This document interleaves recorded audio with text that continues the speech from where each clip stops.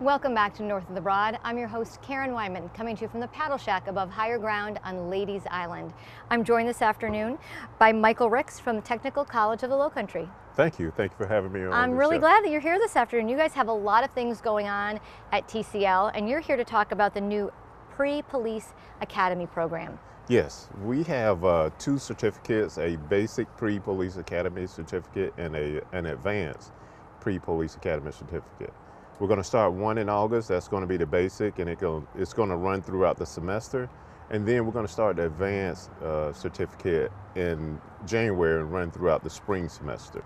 Excellent. So two opportunities for people that are looking to get into law enforcement, obviously build their resume and their education base before they go out there looking for a job. Yes, it will make them more marketable as they go and apply for jobs. In addition to that, it will expose them to the training that occurs in the academy.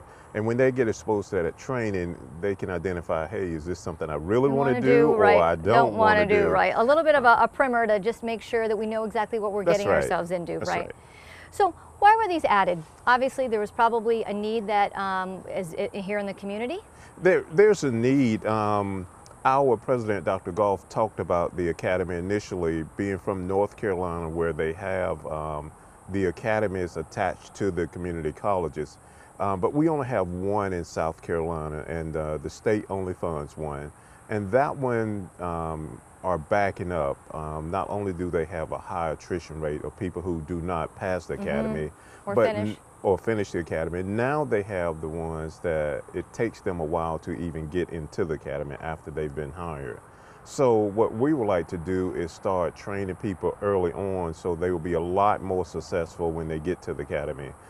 It's difficult for an agent to spend 6 months doing a background check and recruiting and finally get someone hired, have to wait 10 months to get them to the academy, and then they don't pass the academy. Now they have to start the process over. So with that need in mind, I think this is going to be beneficial, well, definitely for TCL because we get additional students. Right. But for the agency, now they're getting some people that have an opportunity or that have the education and the training before they get there, and they can be more successful in the academy. Right, of course, and all of this goes back to being able to support our own community here in the Lowcountry and possibly other communities where people may be going back to in order to serve on their force. So I know that the community was very supportive, was important in this project. So can you tell us more about that? Well, and with our policing, sometimes the community look at the police as a disconnect, but they really are part of our community, and our community here really supported this idea.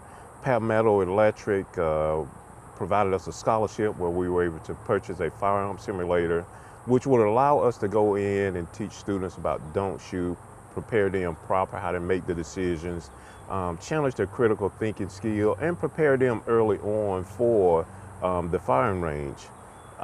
With that, we really benefit. In addition, the police department gave us, Beaufort Police Department, they gave us 3 cars that they were taking offline, which is going to be instrumental in our driving range and highway pursuit.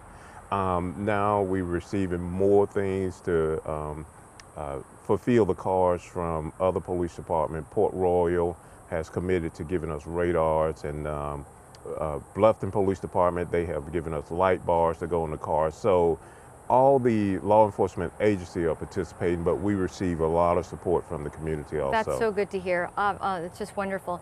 So obviously, classes will be starting in August. We're talking here in July. How many spots are available for the first course? The first course is going to have 25 slots available. I have 19 students that have signed up already for the course. So you only have 6 left at this point? I have 6, and then we'll create a waiting list in case somewhere along the way someone decided it's not for them. We hope students or people that are interested would apply to TCL by July the 20th. And after that, we would take them through the process and get them prepared for the class. So if people are watching this interview and they're looking to learn more, they should go to the TCL website. Is that where they can find more information? That's correct. Go to the TCL website. You can find information on the Pre-Police Academy certificate. And if they are interested, just apply to the school. You can apply online, and once you are accepted, just let them know you're interested in the Pre-Police Academy certificate, and they will point them in my direction. Awesome. Well, it's Chief Ricks. I should have said that. Thank you so much for all of your service. Over I don't know how many years you've been on the force.